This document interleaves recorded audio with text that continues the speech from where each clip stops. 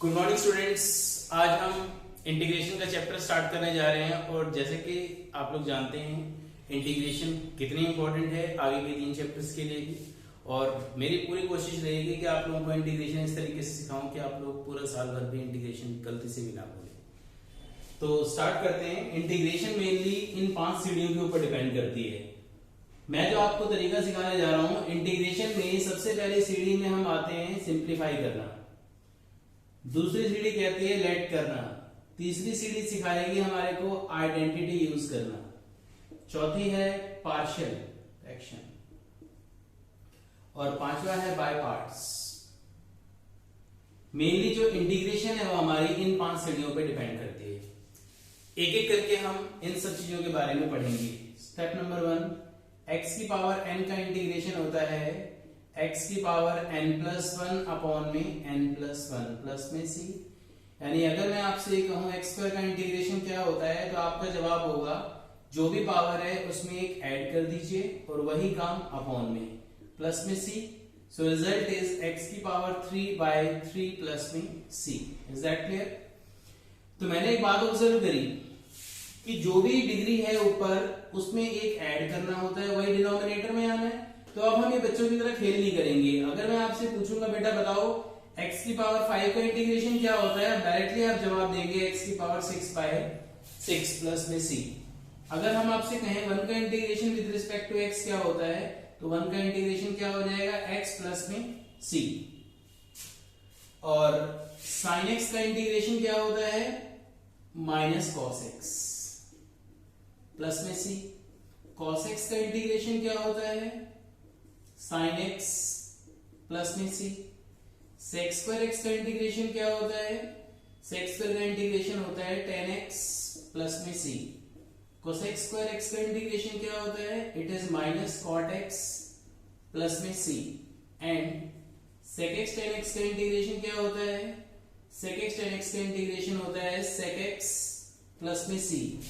And cosec x cot x का integration क्या होता है, cosec x cot x का इंटीग्रेशन होता है माइनस cosec x प्लस में c। एंड 1 अपॉन x का इंटीग्रेशन क्या होता है log x प्लस में c। e की पावर x का इंटीग्रेशन क्या होता है e की पावर x प्लस में c। एंड a की पावर x का इंटीग्रेशन क्या होता है a की power x divided by log a plus में c। डिफरेंशिएशन में a की power x into log a होता है और इंटीग्रेशन में a की पावर x अपॉन में log a होता है। एक इंटीग्रेशन में आपको डायरेक्टली याद करने के लिए कहूंगा 1 अपॉन रूट x का इंटीग्रेशन डायरेक्ट याद रख लेना क्या होता है 2 रूट x। क्यों होता है इस क्यों का जवाब दे देता हूं। जब आप रूट को हटाएंगे तो ऊपर जाके x की पावर -1/2 होगा और इसका इंटीग्रेशन करने के लिए जो भी पावर होती है उसमें एक ऐड करते हैं, वही काम डिनोमिनेटर में करते हैं प्लस में c। 1/2 प्लस में c, 2 रेसिप्रोकल होकर के ऊपर आ जाएगा, रूट का मतलब 1/2। Is that clear? ये तो ये हमारे फॉर्मूलेज जो हमें यूज करने हैं। अब मैं आपको एक बहुत बड़ा क्वेश्चन जो बच्चों के माइंड में उठता है उसके बारे में जवाब देता हूं कि सर हम सी लगाते क्यों हैं। हमें इस चीज का जवाब अभी तक नहीं पता लगा कि हम सी क्यों लगाते हैं। तो आपको मैं सी के बारे में एक्सप्लेन कर देता हूं। जैसे कि आपको पता है integration is the reverse process of differentiation and differentiation is the reverse process of integration जो आप कहते हैं। मैंने आपसे पूछा कि x की पावर 3 का इंटीग्रेशन डिफरेंशिएशन क्या होता है तो आपने जवाब दिया 3x²। मैंने आपसे पूछा कि x की पावर 3 प्लस 5 का डिफरेंशिएशन क्या होगा तो आपका जवाब होगा 3x² और 5 का जो कांस्टेंट है इसका डेरिवेटिव 0। फिर मैंने आपसे पूछा x की पावर 3 - 2 का डिफरेंशिएशन क्या होता है, उस केस में भी आपने जवाब दिया 3x², 2 का डेरिवेटिव 0। जैसे कि आपको पता है इंटीग्रेशन और डिफरेंशिएशन जो है वो एक रिवर्स प्रोसेस है आपको इसमें। तो इसका मतलब जो डिफरेंशिएशन का रिजल्ट है अगर मैं उसका इंटीग्रेशन करूं तो मुझे ये मिलना चाहिए। तो मैंने क्या किया, इसका इंटीग्रेशन किया, इन सब टर्म्स का इंटीग्रेशन किया विद रिस्पेक्ट टू x।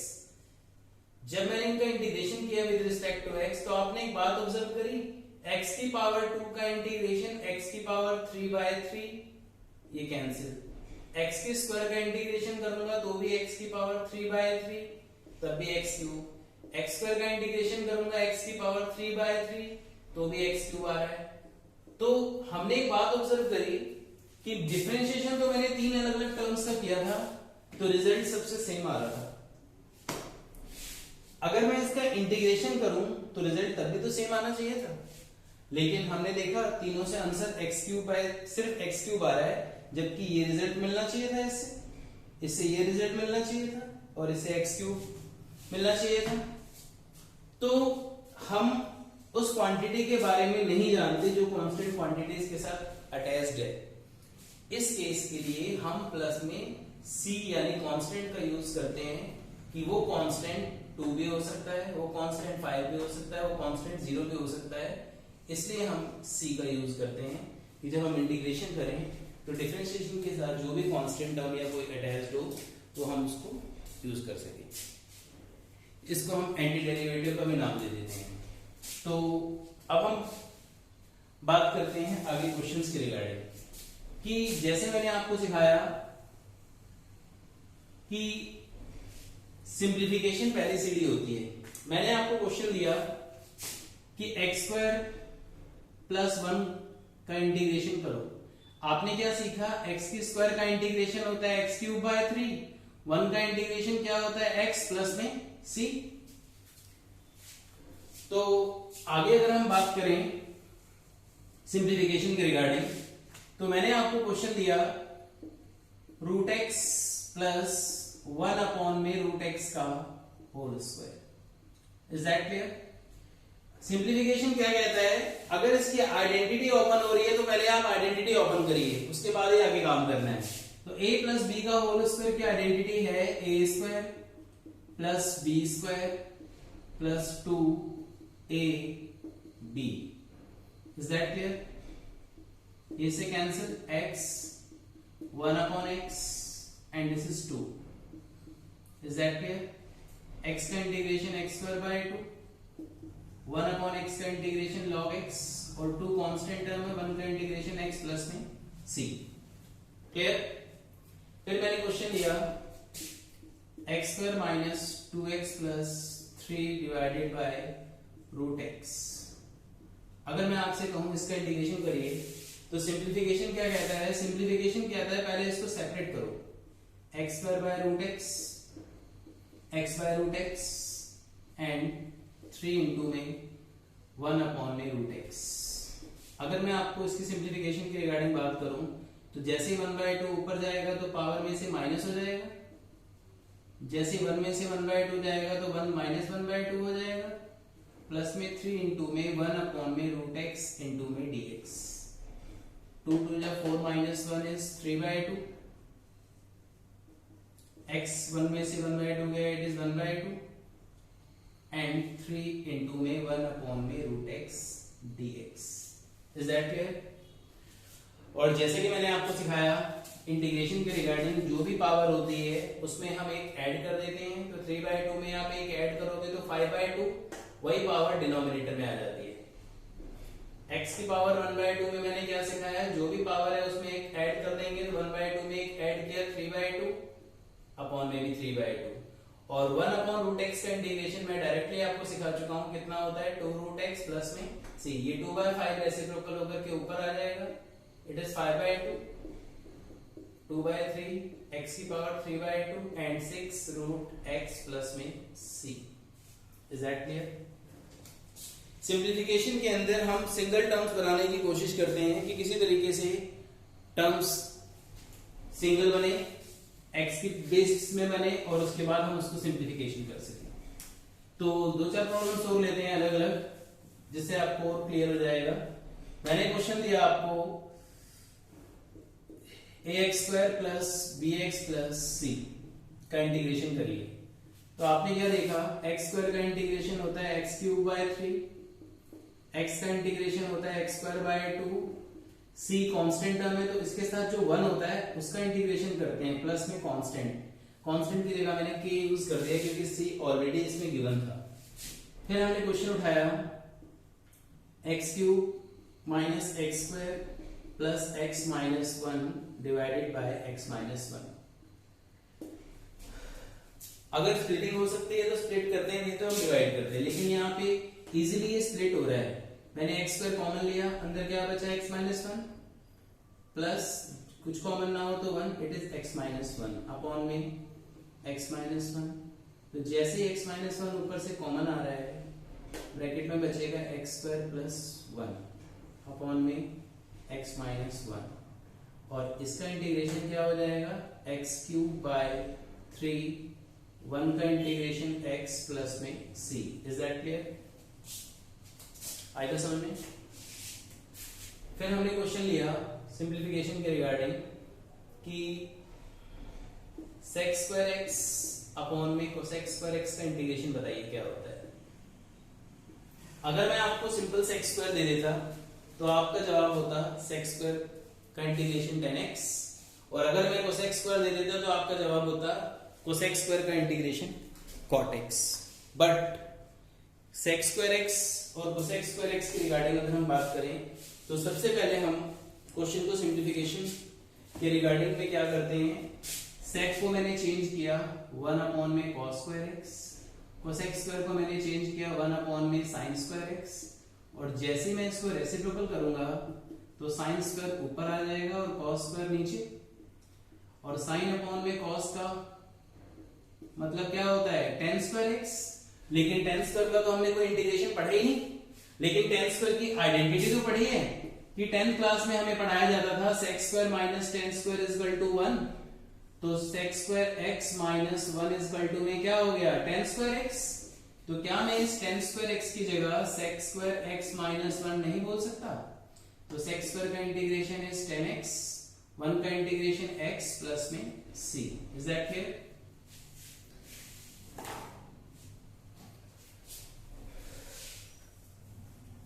फिर हमने क्वेश्चन लिया 2 minus 3 sine x divided by cos square x. Simplification कहता है पहले जो इजीली टर्म्स सिंप्लीफाई हो सकते हैं, कट सकते हैं, आइडेंटिटी जो बन रही है उसके रिगार्डिंग आप उसको सॉल्व करिए। तो हमने क्या देखा, 1 अपॉन में कॉस स्क्वायर का मतलब क्या होता है, सेक स्क्वायर एक्स होता है। अगर मैं इस टर्म को सेपरेट करूं तो एक कॉस इसके नीचे आ रहा है और एक कॉस इसके नीचे आ रहा है। So result is sine by cos is tan x, 1 by cos is sec x। तो sec स्क्वायर का इंटीग्रेशन क्या हो जाएगा tan x, sec x tan x का इंटीग्रेशन क्या हो जाएगा sec x प्लस में c। Is that clear? आएगा समझ में? सो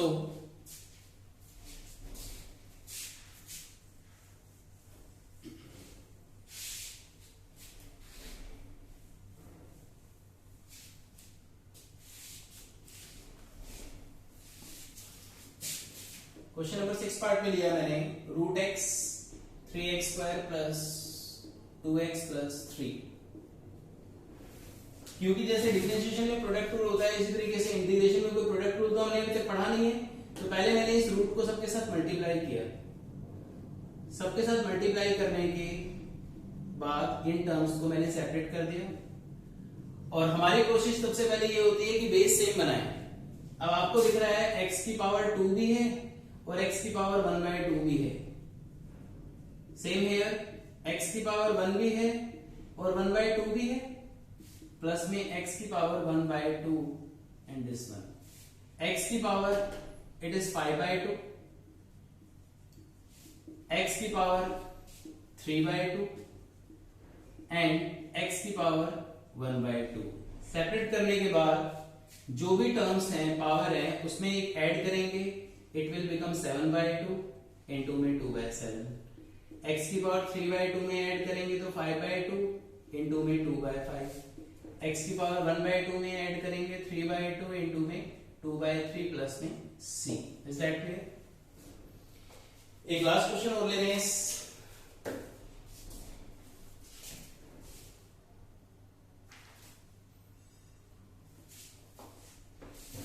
उससे पहले आपको छोटी सी बात बताना चाहता हूं जैसे आप लोगों ने पढ़ा e की पावर x का इंटीग्रेशन e की पावर x से होता है। डिफरेंशिएशन जब हम करते हैं तब भी हम अगेन करते हैं, इंटीग्रेशन जब हम करते हैं तब भी अगेन करते हैं। बस फर्क सिर्फ इतना होता है कि अगर हम डिफरेंशिएशन करते हैं e की पावर x का, तो e की पावर x और पावर का अगेन करके इनटू में लिख देते हैं। काम हम यहाँ पे भी वही करते हैं कि जब हम इंटीग्रेशन करते हैं तो इंटीग्रेशन करने के बाद जब हमने लिखा, जब हम अगेन करते हैं तो अगेन में डिफरेंशिएशन ही करते हैं। बस फर्क सिर्फ इतना होता है कि वो अगेन अपॉन में आता है। नहीं समझे? एग्जांपल देता हूं। मैंने आपसे बोला e की पावर 2x का इंटीग्रेशन करो, तो आपको पता है e की पावर 2x का तो e की पावर 2x ही होता है, लेकिन पावर का हम अगेन करते हैं तो डिफरेंशिएशन ही करते हैं इंटीग्रेशन में भी। तो जब आप अगेन करेंगे तो x का डेरिवेटिव 1 बचा 2, लेकिन वो अगेन अपॉन में आता है, यानी डिनोमिनेटर में आता है। तो मैंने आपको क्वेश्चन दिया 4e की पावर 3x प्लस 1, सो 4 उतारा हमने, e की पावर 3x का e की पावर 3x होता है डिवाइडेड बाय 3, 1 का इंटीग्रेशन हो गया x प्लस में c। Is that clear? जाते जाते इस वीडियो में आपको एक छोटी सी बात और समझा देता हूं ax प्लस b के डेरिवेटिव के रिगार्डिंग। जैसे आपने पढ़ा ax प्लस b की पावर n का अगर आपको इंटीग्रेशन करने के लिए कहा जाए तो ax प्लस b की पावर जो भी है उसमें एक ऐड करेंगे, वही काम डिनोमिनेटर में अगेन करोगे तो b का 0 x का 1 कितना बचा? a प्लस में c। तो मैंने आपको क्वेश्चन दिया 2x प्लस 3 की पावर 5, और अगर मैं आपसे कहूं इसका इंटीग्रेशन करो तो जो भी पावर होगी उसमें एक ऐड किया, वही काम डिनोमिनेटर में किया, और 5 का डेरिवेटिव 0, x का 1 कितना बचा? 2। सो 2x प्लस 5 की पावर 6 अपॉन में 12 प्लस में c। Is that clear? Okay students, मेरी वीडियो अगर आपको पसंद आई हो तो लाइक एंड सब्सक्राइब करना ना भूलें। अगली वीडियो में आपको मैं सेकंड एक्सरसाइज लेट करने वाली टॉपिक के ऊपर बात करूंगा। हम धीरे धीरे 5 सीढ़ियों को कवर करेंगे। उसके बाद आप देखेंगे कि आपको शायद इंटीग्रेशन के समय पहचानने की भी जरूरत नहीं पड़ेगी अलग से कि हमें इसमें क्या अप्लाई करना है। Okay, thank you.